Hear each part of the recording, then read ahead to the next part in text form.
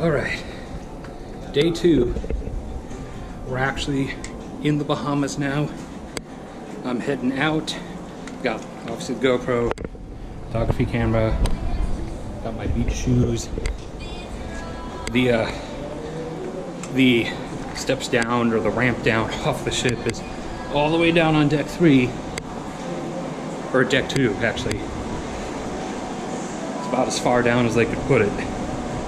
And I believe it's on this side. And they even, in the elevators here, have a gangway button. So if you actually forget which floor it's on, you can just press that. Exit now. And it'll take you down to where the actual, where the gangway is.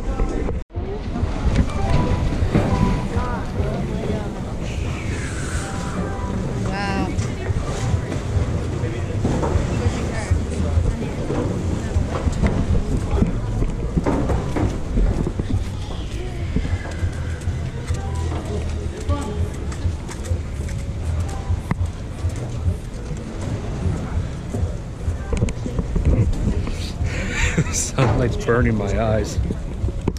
It is rather fascinating that there's no railing. Anyone can just like dive right off, but hopefully people won't be that stupid. But look at this thing. Look at this place, rather. This place is absolutely fantastic.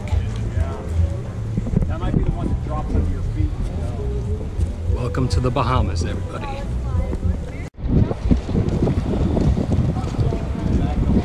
About to go under the flag path. Up there you can see that's the balloon ride. You get inside just kind of a bird cage basically, and they send you up to I think 500 feet.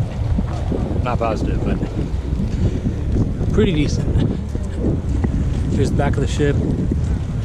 There's the abyss slide up there.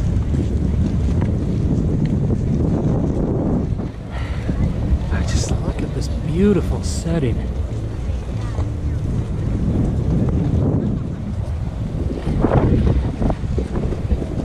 Oh, there's a cargo vessel way over there.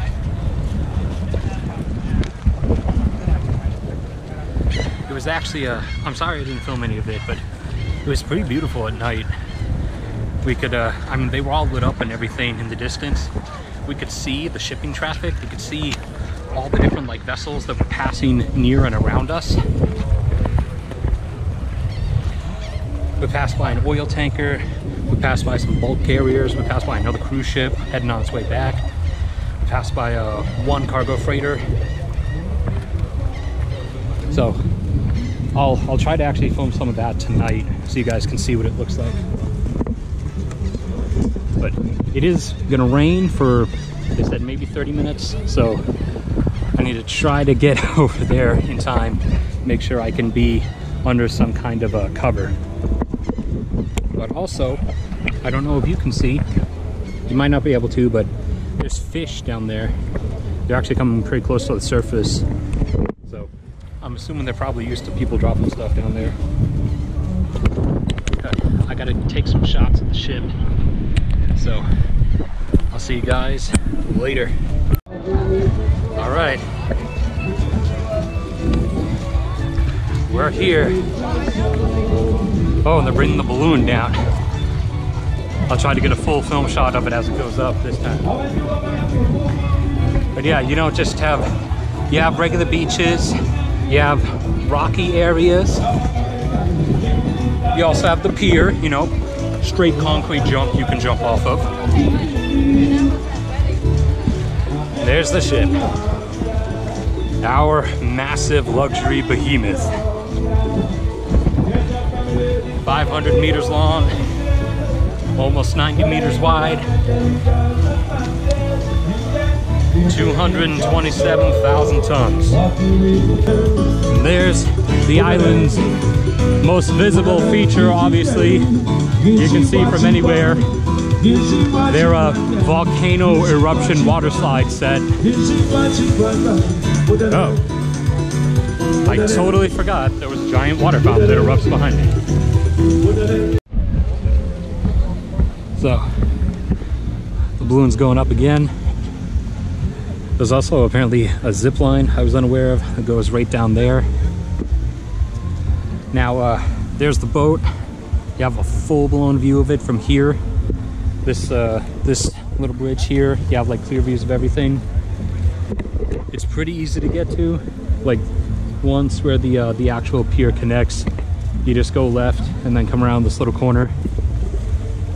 There are ropes. You're not supposed to go past those. Like you can't just go out there and sit on that ledge right there, especially with those like giant steel nails sticking up. If you fell, you know, you're going to impale yourself. But grand view of the ship, and I got plenty of shots of it. Look at this luxury behemoth. And seriously, look at this water. I mean, I was always the one telling people about Bahamas water, but ironically, I'd never actually been here. But look at that clarity. It's like it's a translucent teal. It's a teal color with a clarity down to almost 30 feet. Oh, the balloon's reaching its maximum height.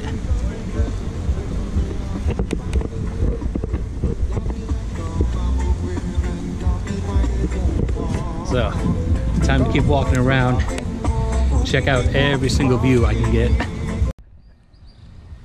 So, I'm heading over to the nearest beach. They do have restrooms and changing rooms and everything on the island for you. And they actually have beach wheelchairs even. They got snorkel gear you can grab. You do have to actually bring it back, but they'll provide it. They got hammocks. They got drink places. They got tables, the umbrellas. They got cabanas. They got lounge chairs. They got lockers you can put your stuff in. We got everything. It's better in the Bahamas. Except when a hurricane comes. Then the whole place gets trashed. But Royal Caribbean can easily just rebuild it, since Royal Caribbean has something called money. Don't we all wish we had that? So, you have a pretty good viewing area here. Getting a near side view of the ship so you can actually get an even better view of it lengthwise and truly understand just how massive the Oasis class vessels are. But you can't go down on the rocks. For your own safety, you're going to cut yourself. But it is nice to just sit here and just watch it over time. Watch the gentle waves break over the rocks. And at higher tides, it floods in this area, but it's lower at the moment. Oh, and if you don't feel like walking, you might be able to see there are like golf cart things that will take you from the ship to the end of the pier.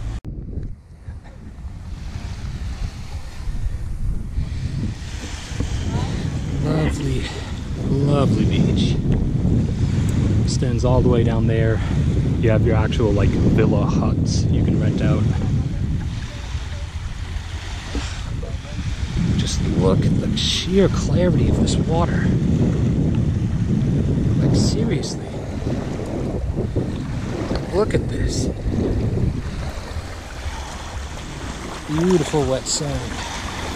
Time to go in. Oh yes.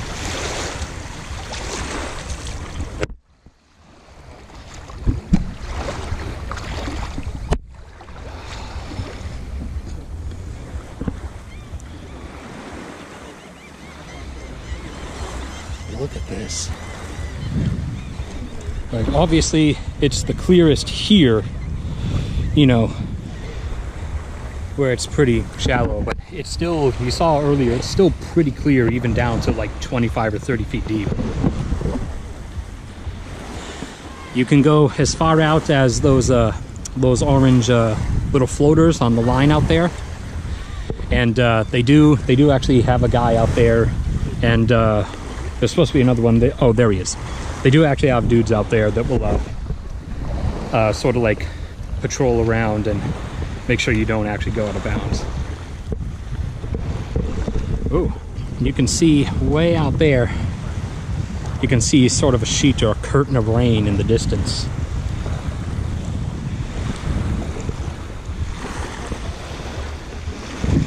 It's such a beautiful place.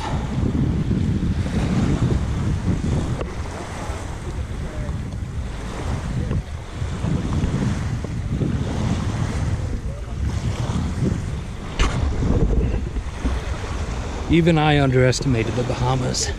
Look at the beautiful striations in the sand.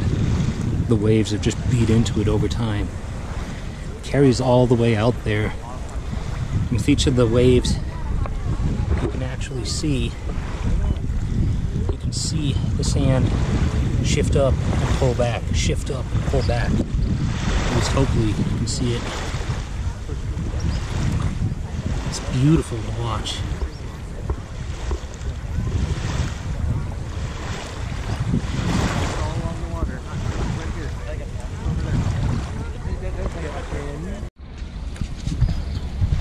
Well, unfortunately, having to get out of the water, the storm's starting to look a little bit more definite than it did earlier. We just get to walk around on some nice soft sand for a little while longer. We got, I think, maybe 300 shots. No, I'm not sure. Yes, come up this way.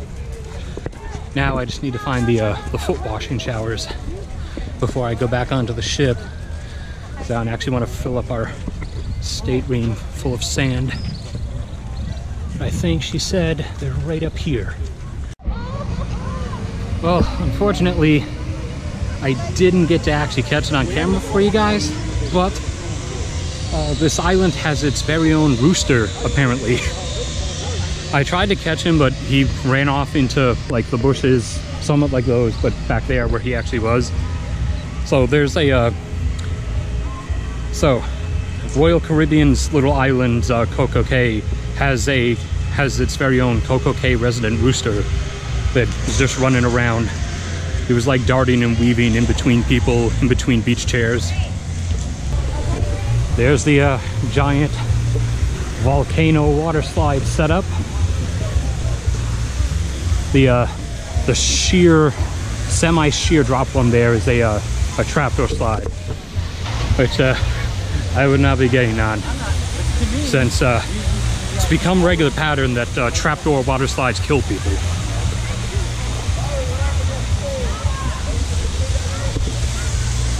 I'd easily go in one of the other ones though, but this the storm is being all like off and on, whether it's gonna storm on us or whether it's gonna pull the sun out from behind itself and be like, it was just a prank, bro. But also on top of that, my sunscreen, I can feel it starting to wear off, and I'm white, so that doesn't spell out very good. Granted, sunscreens have become weaker since all of them decided to stop including titanium dioxide.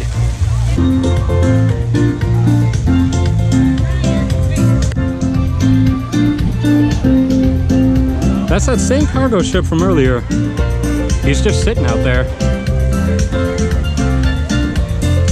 I'd assume he's probably here to bring supplies to the island, and we're probably just occupying the spot that he would use. So he can't come back in until we're gone. So he'll pull in at when we leave at 4. I'll try to be up on one of the decks and either film or photograph us leaving at 4 when we leave. And I'll watch behind us camera as well, and we'll see if he comes in like right as we're leaving to fill the spot. Then I suspect that's what he's gonna do, because I can't think of any other reason why he'd just be sitting out there unless he has like engine trouble. But no boats have like gone out next to him to help, if that is the case. So I suspect it's not the case. I'd assume he's probably just waiting for the slot to dock at.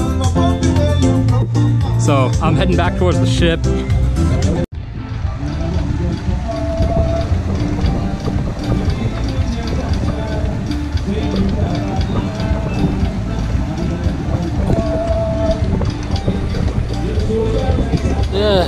I didn't actually go back on the ship yet. Took some more shots. I think I've got like 400 on the island so far. I ended up stopping before actually going back to just sit here watching the water break on the rocks. It's almost mesmerizingly peaceful, actually. Still, look at the clarity of this water one last time.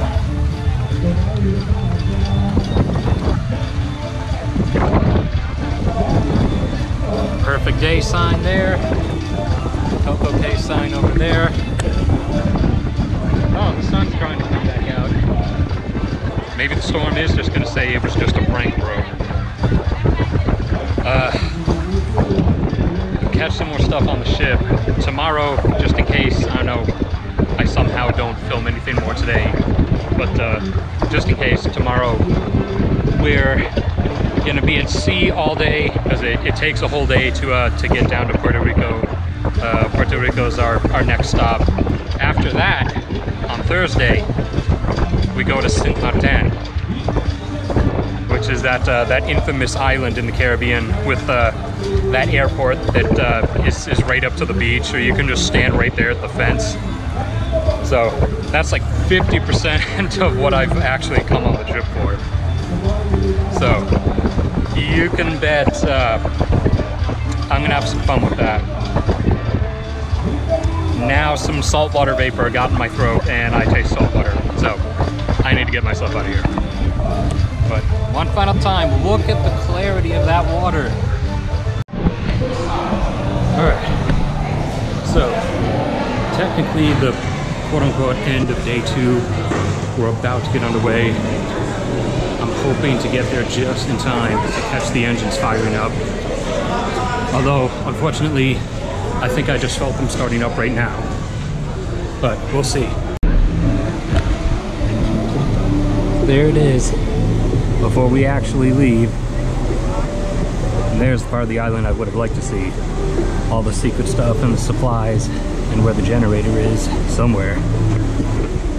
Now, just wait to see all the massive water and bubble kick up once the engines fire. Farewell, Coco Cay. Until the next time.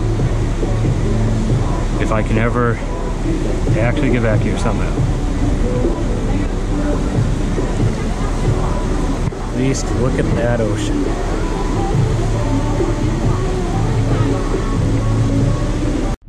Oh, look, I actually just noticed there's a latch at the top of that that horn or that fin thing for people to crawl up from inside up the secret ladder and then get out and do some dangerous work walking along that little tiny strip of path there. Oh, here we go.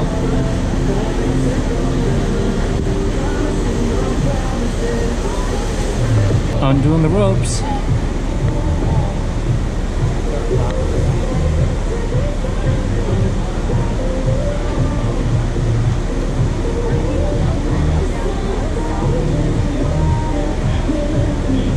Now we should reel them back in, theoretically.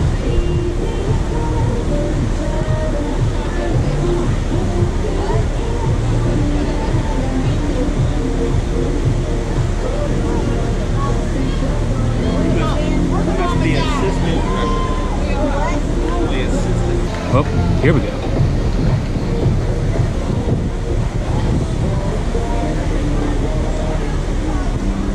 Wheeling in.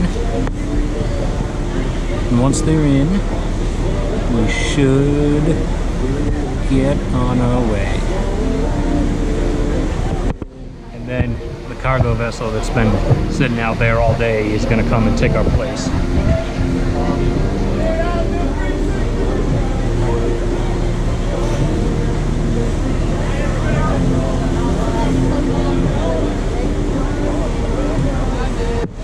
So it looks like they're coming to do a flag waving send off to us.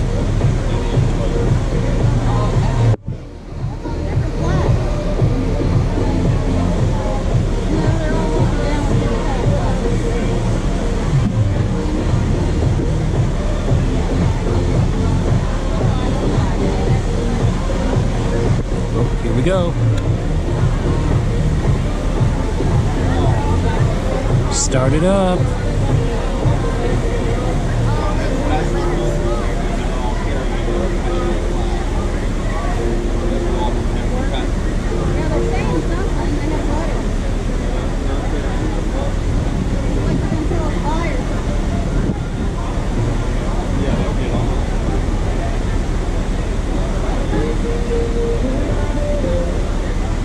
And we're moving. We're actually safely away from the dock. Ooh. Look at that disturbed water. Once we're actually away from the pier, we should crank up the power.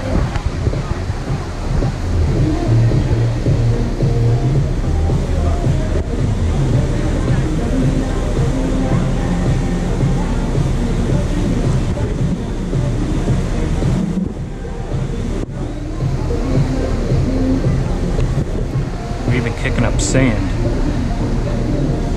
You can see, since like I told you guys yesterday, it was the same at Port Canaveral. The area next to the pier is dug deep enough for us to be here, but it's the bottom is not really that far below the bottom of the ship. So whenever we start up, we kick up sand like this. Ooh, more sand kick up. Kicking up that sand.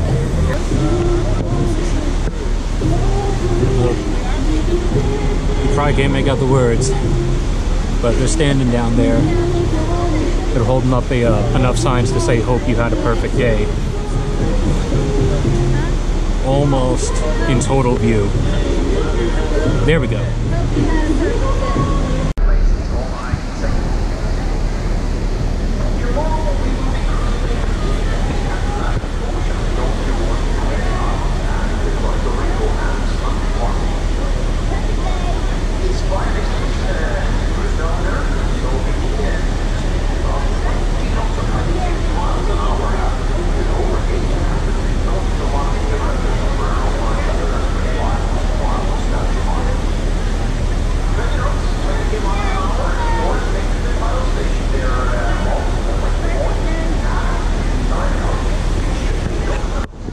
There it goes.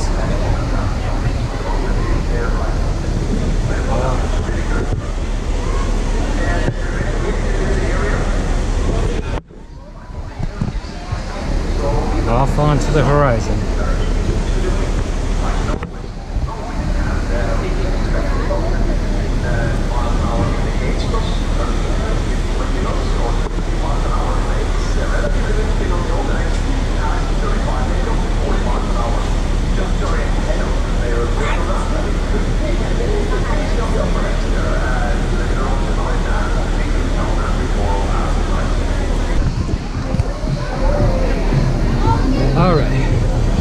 Finally up to speed.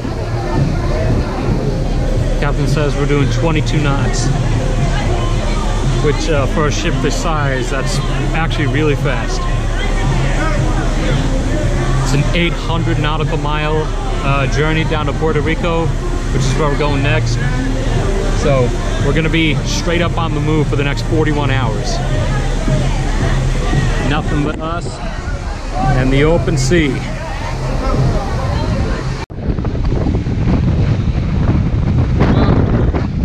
Obviously, it's quite windy.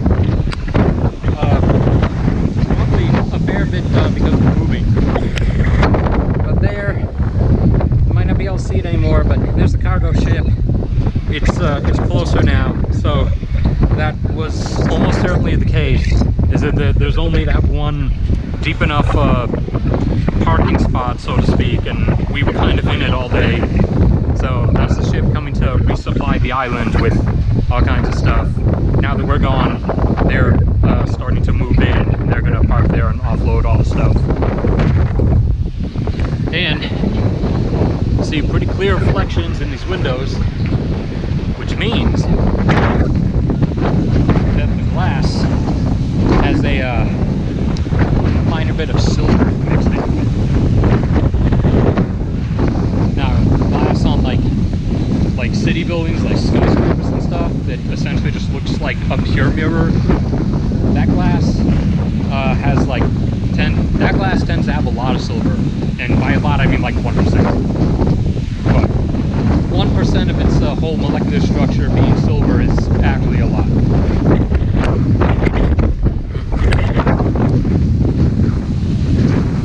And it's not to make the windows pretty. It's actually for energy conservation purposes. Because if the windows are that reflective on the building, then obviously it reflects a huge amount of the light out, and thus keeps the building from heating up all that much as it would otherwise, which thus reduces by a huge amount the amount of air conditioning, the amount of electricity consumption from the air conditioning. But here we go. Bye bye Bahamas. You know, Seagull is trying. Man, he's trying to keep up with us. Man, he is strong. Look at him fighting. He's straight up keeping up with the ship. Look into the wind. The wind's actually strong enough. It's actually providing like a decent bit of force. Like, not like terrible force, but enough that you actually do have to put like a bit of extra effort into your forward motion to actually walk against it. It's fantastic. It's been almost 10 years since I've actually felt wind this strong.